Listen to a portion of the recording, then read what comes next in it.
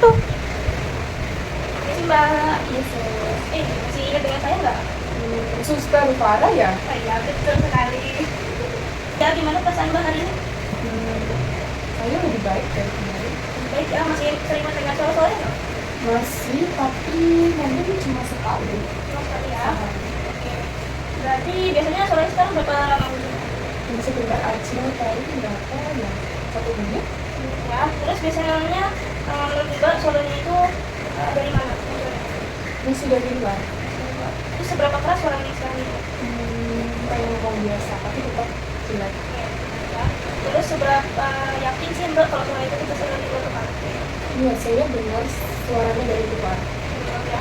Terus seberapa sering suara yang didengar itu bersifatnya negatif? Setiap suaranya berarti sih. Terus biasanya isinya itu apa? Suara yang didengar? Ngajak saya.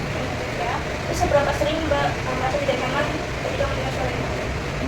Sangat tidak nyaman. Seberapa besar sih ketidaknyamanan yang Mbak rasakan? Sangat tidak nyaman tuh, setiap hari saya dengar itu. Jadi seberapa besar sih gangguan yang disebabkan oleh suara itu? Apakah sampai mengganggu?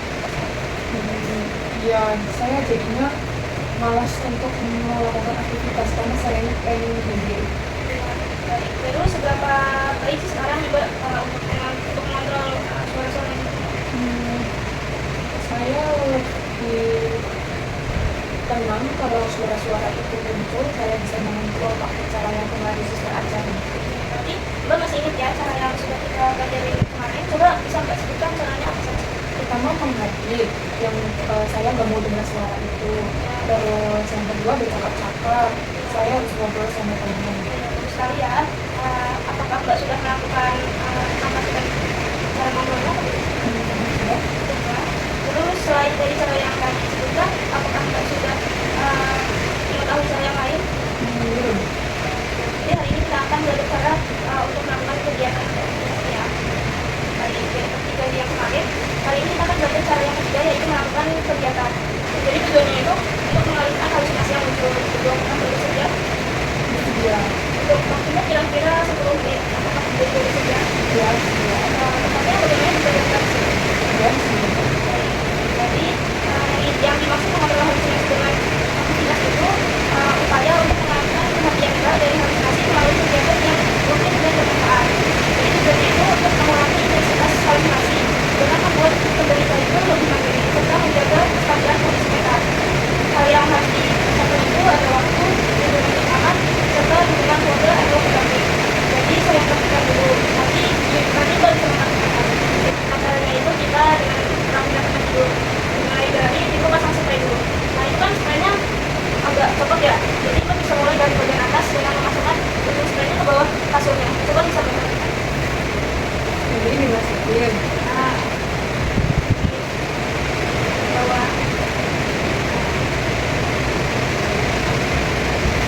Baik sekali ya. Jadi sudah mengetahui ini cara yang ketiga itu kita melakukan aktivitas secara rutin. Nah, gimana perasaan Mbak setelah kita latihan untuk mengontrol cara yang ketiga? Suara-suaranya jadi teralihkan. Apa ya? Nah, coba Mbak bisa sebutkan lagi tadi caranya apa? Tapi caranya dengan aktivitas sehari-hari. Tujuannya itu untuk mengalihkan suara-suara yang muncul. Terus untuk yang disiapkan waktu, terus tempat, sama aktivitas yang dilakukan. Mungkin ada barangnya, mungkin ada barang seperti tadi, spray, kasur, bantal. Ya, selanjutnya Mbak bisa untuk memasukkan jadwal hariannya.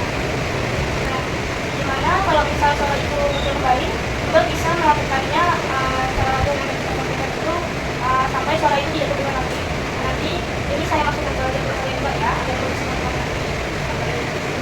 Untuk hari ini kita sudah selesai. Bagaimana kalau besok kita belajar untuk cara yang keempat, yaitu cara dengan cara meminum obat untuk mengendalikan halusinasi. Jadi besok saya kembali lagi bagaimana kalau pukul 9 pagi besoknya. Ya, Jadi untuk tempatnya bagaimana kalau di sini? gitu.